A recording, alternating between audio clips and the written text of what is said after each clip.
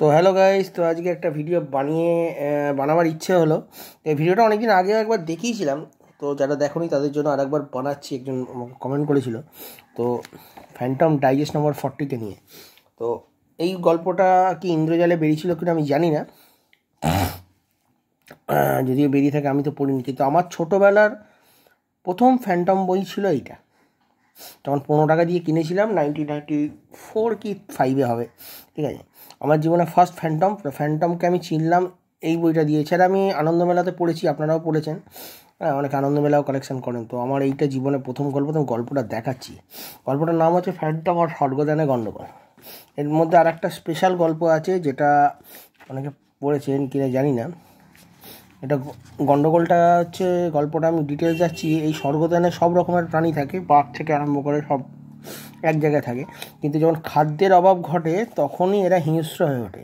আর এদের খাদ্যগুলোকে পাঠিয়ে দেয় মরি জেলেরা, ঠিক আছে। নদী মাছে সবসময় ভর্তি থাকে, ঠিক আছে। এই মাছ ধরে এরা খায় বাঘগুলো।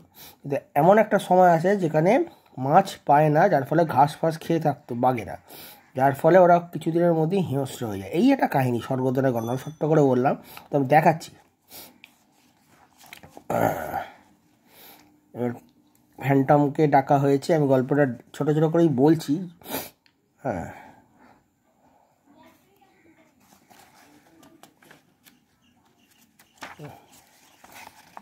ক্ষুধার জ্বালায় বাঘ লাফালো। স্টাইফাস, এই বাঘটার নাম হচ্ছে স্টাইফাস। দেখ ও কীরকম ফ্যান্টমের সাথে ভালোবাসা। ক্ষুধায় ছটফট করলেও বাঘ সিংহরা জানতো যে ওদের মনেই ওদের খাবারের ব্যবস্থা ঠিকই করে দেবে। স্টাইফাস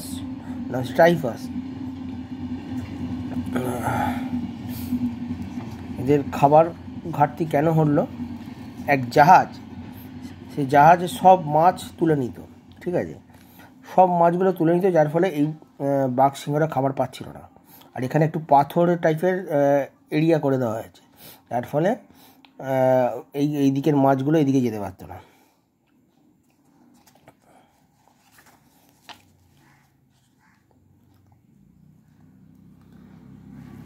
একটা সাগর একটা হাঙরকে ধরবে, এই হচ্ছে কাহিনী। তো আমার খুব ভালো লেগেছিল গল্পটা। ফ্যান্টমের প্রচুর কাহিনী রয়েছে, এই গল্পটা আর থেকে সেরা কাহিনী ছোটোবেলার।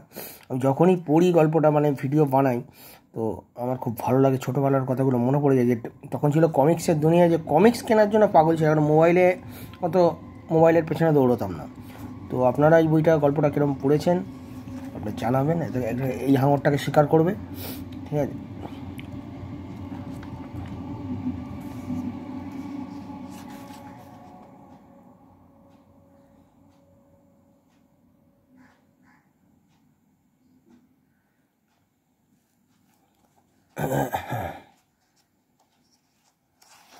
এই নৌকাটাকেই ধরবে আসল খেলা, ঠিক আছে।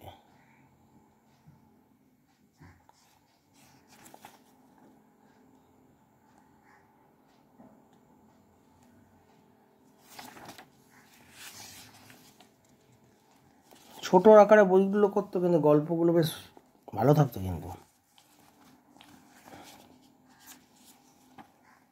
নর্মাল পেপারে বেরোতো তখন।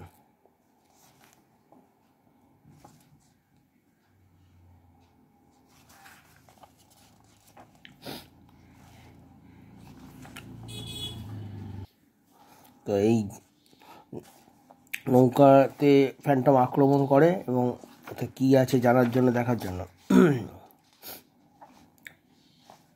এরা মাছগুলো শিকার করে কি করে। একটাই কাহিনী মোটামুটি দেওয়া আছে মনে হচ্ছে। এটা আমি দেখছি, বইটা অনেকদিন বাদে হাতে পেলাম।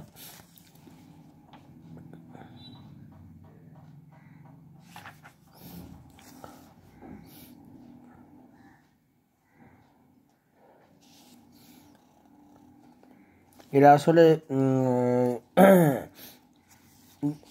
কেন শিকার করতে এসছে, এই জাহাজে করে সব মাছ কেন নিয়ে নিচ্ছে, সেইটার জন্যই এখানে ফ্যান্টম এই জাহাজে হামলা করবে।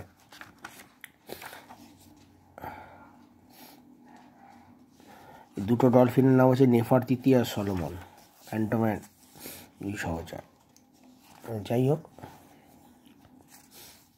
এখানে গল্পটা প্রায় শেষ। এইখানে গল্প শেষ, 49 পৃষ্ঠার পেজটি গল্প শেষ। এর পরের গল্প আরম্ভ হচ্ছে হিম্যান আর শক্তিহীন হিম্যান, ঠিক আছে। স্কেলেটরের কাহিনী, হিম্যানের কাহিনী দেওয়া থাকতো 40 নম্বর থেকে। আমি বলেছিলাম লাস্টে একটা ইন্টারেস্টিং কাহিনী আছে।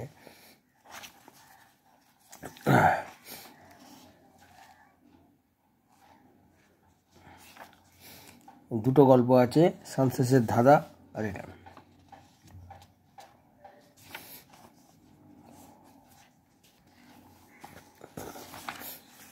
এখানে গল্পটি শেষ হয়ে যাচ্ছে 60 পৃষ্ঠার মধ্যে। ডায়নামাইটের একটা ছোট্ট করে একটা জিনিস দেখাতো, ক্রাইম ইউনিয়ন, ঠিক আছে। যাই হোক, এখানে সুন্দর অ্যাড দেওয়া থাকতো বিভিন্ন।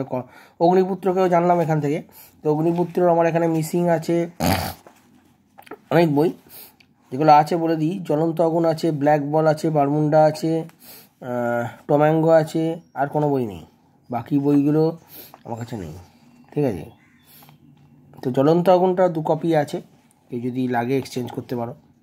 আর এখানে সুন্দরভাবে ডায়মন্ড কমিক্সের লিস্ট দেওয়া থাকতো, চাচা চৌধুরী কী কী বই বেরিয়েছে মোটামুটি দেওয়া থাকতো, সব রকম। বিল্লু, পিঙ্কি, রমন, চান্নি চাচি, লম্বমোটু, ডায়মন্ড কমিক্সের সিরিজ হিসেবে দেখা যায় বাংলায় যে করা হতো। এই হচ্ছে ছোট্ট একটা বইয়ের একটা ভিডিও করলাম, বেশি দূর গল্পটা নিয়ে গেলাম না। এই ভিডিওটা কেমন লাগলো জানিও, চ্যানেলটিকে সাবস্ক্রাইব করে রাখো।